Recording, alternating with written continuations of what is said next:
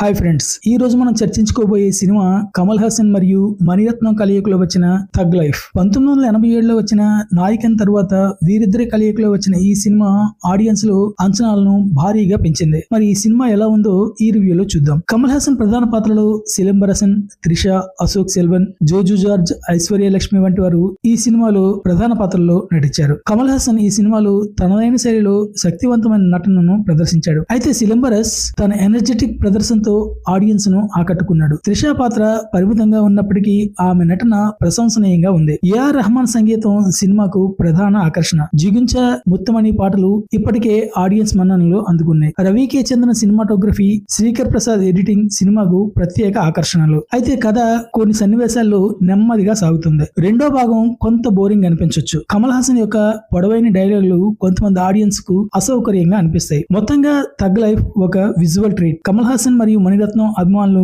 తప్పక చూడాల్సిన సినిమా ఇది. అయితే కథనం కొంతమందికి నెమ్మదిగా అనిపించవచ్చు. అయినప్పటికీ నటీనటుల ప్రదర్శన, సంగీతం, సినిమాటోగ్రఫీ సినిమాను ప్రత్యేకంగా నిలబెడతాయి. ఫ్రెండ్స్, ఇక్కడ చిన్న విషయాన్ని చెప్పుకోవాలి. థగ్ లైఫ్ మూవీ భారీ బజ్ మధ్య తెరపైకి వచ్చినప్పటికీ కర్ణాటకలో ఈ సినిమా విడుదల కాలేదు. తమిళం నుంచే కన్నడ పుట్టింది అంటూ కమల్ హాసన్ చేసిన వ్యాఖ్యలు తీవ్ర దుమారం రేపాయి. దీనిపై కమల్ హాసన్ క్షమాపణ చెప్పేందుకు నిరాకరించడంతో థగ్ లైఫ్ సినిమాను కర్ణాటకలో నిషేధించారు. ఫ్రెండ్స్, ఈ రివ్యూ కనుక మీకు నచ్చితే లైక్ చేయండి, షేర్ చేయండి, కుదిరితే కామెంట్ చేయండి. సబ్స్క్రైబ్ చేసుకోవడం మాత్రం మర్చిపోవద్దు. Thank you for watching. Stay tune to Kakamma కబుర్లు.